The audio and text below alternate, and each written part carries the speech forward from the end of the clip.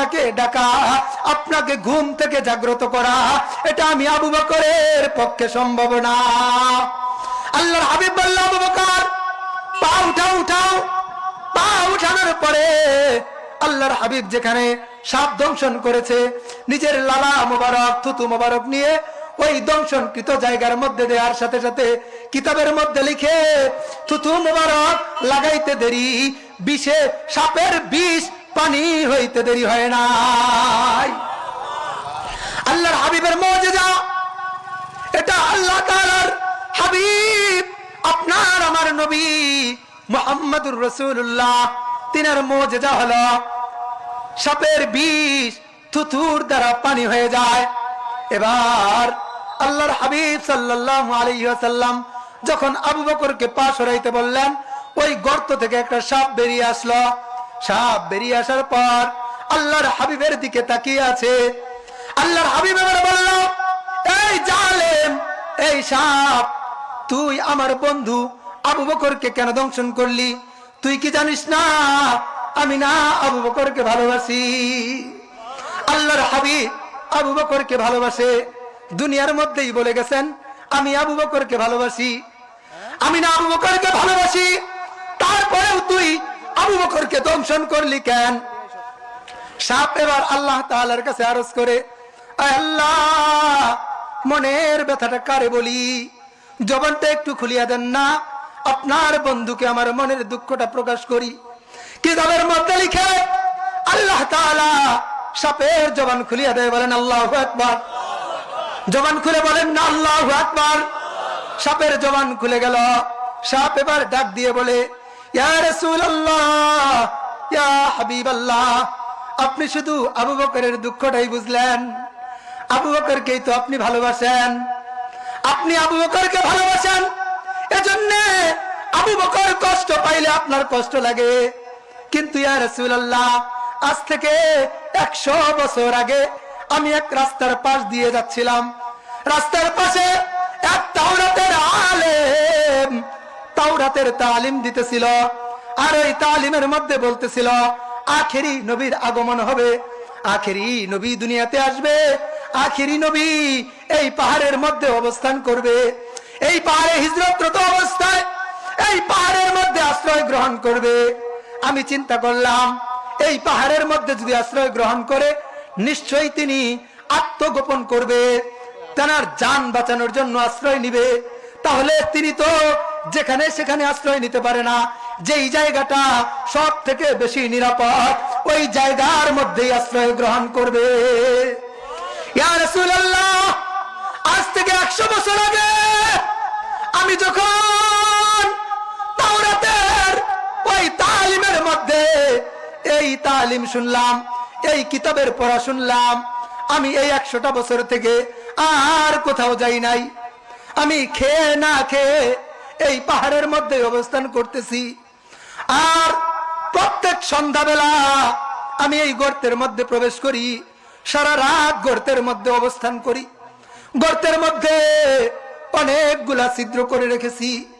আপনি যখন গর্তের মধ্যে নামবেন কোন পাশে হেলান দিয়া বসেন আমার জানা নাই। গর্ত যদি একটা হয় আর এই গর্তের মধ্যে যদি আপনি হেলান দিয়া বসে যান, আমি তো আপনার চেহারা দেখতে পারবো না, আমি তো আপনাকে তাকাইতে পারবো না, আপনার চেহারা দেখার সৌভাগ্য আমি সাপের হবে না। এজন্য এই গর্তটার চতুর্দিক দিয়ে আমি আরো ছোট ছোট অনেক গর্ত করে রেখেছি। আপনি যেই পাশেই থাকেন না কেন অপর পাশ থেকে যেন আমি আপনার চেহারা দেখতে পারি। বলবেন না সুবহানাল্লাহ। সাপ পর্যন্ত নবীকে ভালোবাসে, আজকে নবীর উম্মত হয়ে আমার নবীর প্রতি আমার ভালোবাসা নাই। মুখে ভালোবাসি ভালোবাসি বলি, কিন্তু যখন পরীক্ষা চলে আসে সামনে তখন আপনার আমার পরীক্ষা দেওয়ার নসিব জুটে না।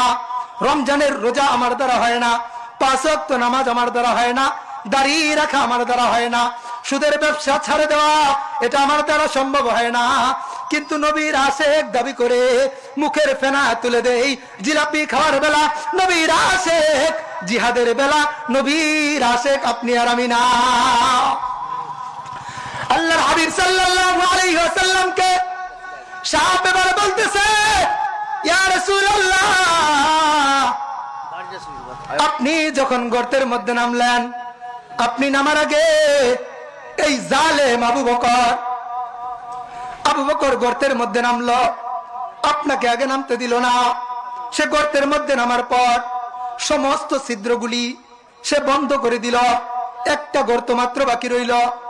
ইয়া রাসূলুল্লাহ, বলেন না 100টা বছর থেকে যার চেহারা দেখার জন্য খেয়ে না খেয়ে এই জায়গায় অবস্থান করতেছি, ইয়া রাসূলুল্লাহ 100 বছরের অপেক্ষার পরে যখন আপনি এই গর্তের মধ্যে আসলেন, একটা গর্ত বাকি ছিল।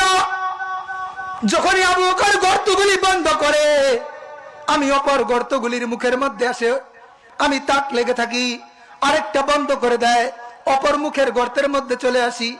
সমস্ত গর্তগুলি বন্ধ করার পর একটা মাত্র গর্ত বাকি রয়ে গেল। ওই গর্তের মধ্যেও এই জালেম আবু বকর তার পা দিয়ে ঢেকে দিল। আমি অনেকক্ষণ অপেক্ষা করতে লাগলাম, কখন আপনার বন্ধু আবু বকর পাটা সরাইয়া নিবে, আর এই গর্তের মুখ দিয়ে আমি আমার মায়ার নবীর চেহারাটা দেখবো। ইয়া রাসূলুল্লাহ, অপেক্ষা করতে করতে আমার এক পর্যায়ে অপেক্ষার বাঁধ ভেঙে গেল।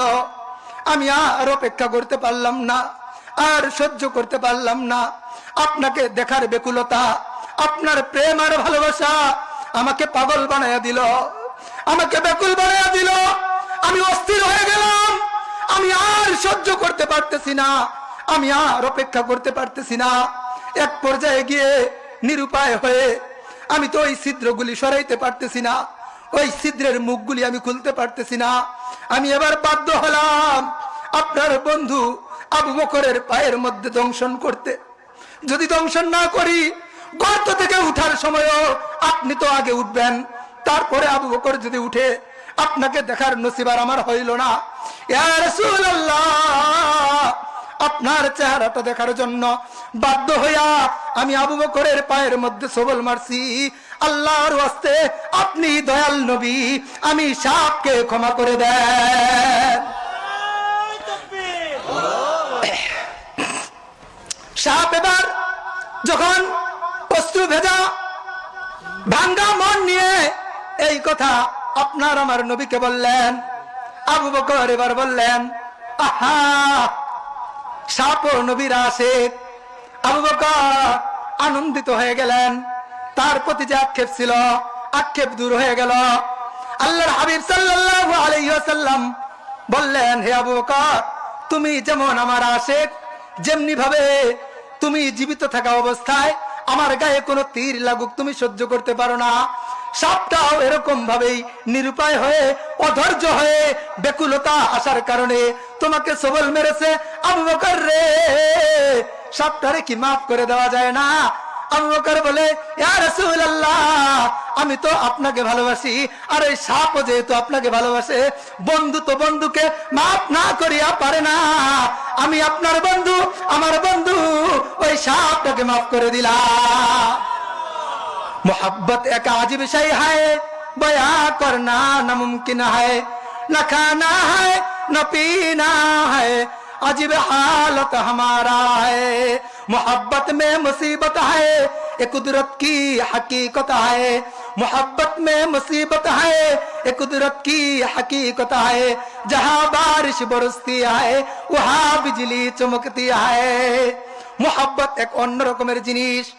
যেই ব্যক্তি আল্লাহ তাআলাকে মহব্বত করে, ওই ব্যক্তির দ্বারা নামাজ পড়া কষ্টকর হয় না, কারণ ওই ব্যক্তি এটা জানে, আমার আল্লাহকে যদি সন্তুষ্ট করতে চাই, নামাজ পড়ার বিকল্প কোন রাস্তা আছে নাকি বলেন? নামাজ পড়া ছাড়া আল্লাহকে সন্তুষ্ট করা যাবে না, আল্লাহর হুকুম মানা ছাড়া আল্লাহ তাআলাকে সন্তুষ্ট করা যাবে না। আজকে মিশকাতুল